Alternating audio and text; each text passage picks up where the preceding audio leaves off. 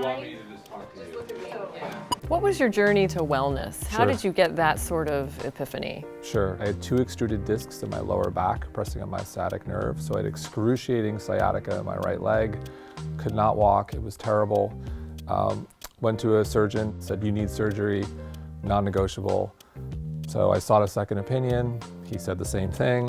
It was almost as an afterthought, he added, some yoga or therapy might help.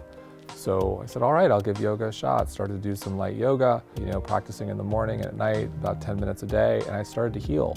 Over the course of weeks and over the course of months, I was totally fine. Never got surgery, went from couldn't walk to totally fine. I was like, holy cow, everyone's got health and wellness wrong. It's this lifestyle. No one's talking about this. What's been the most stressful part about growing this business? Sure, hiring. Why? Culture. Why is that? Why hiring? Hiring's hard, especially as you grow. We're about, I think, 33 employees now, and what you find is, things that you think are intuitive, where when you started out in a room with 5 or 6 people, when you would turn to someone and say, what do you think? Let's do it.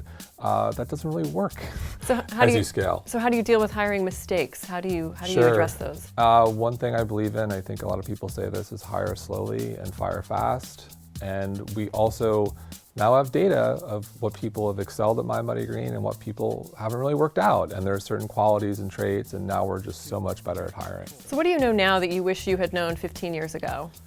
Wow. I think the importance of nutrition in performance and how you feel in life. Back then, I was a guy who ate so much steak when I was 27 years old at the Palm Steakhouse. My face is up there on the wall next to Adam Sandler and Joe Namath. So if you ever go to the Palm on the West Side, people are like, who's that guy next to those two? That's me. That's how much steak I was eating. And if I knew that health was more of an inside job out, the power of nutrition, the power of eating more vegetables, you just feel better. There's a saying like, health starts with what's on your plate. So that's one thing I wish I knew.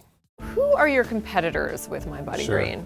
I always say we don't have any. Oh, everybody says that. We actually don't. We have data that suggests that we actually don't. So like a lot of the traditional health publications, we have very little crossover in audience. And a lot of the new web players, we don't really have a lot of crossover with.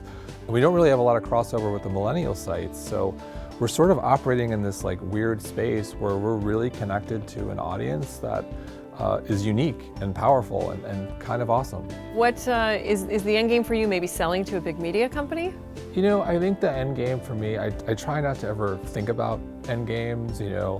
I want to build a really big company that changes lives. The company that I talk a lot about internally, that my vision for MindBodyGreen, I'd love to be the Disney of wellness. A true lifestyle media company that lives online and offline. However, no cruise ships. I hate cruise ships. I'll never go on a cruise ship, and no theme park. Maybe a theme park. Maybe a theme park. Come on, yoga Maybe, theme park. but never a cruise ship. The day we do a cruise ship is the day you're like, something's wrong with Jason. I think they're selling the company or something.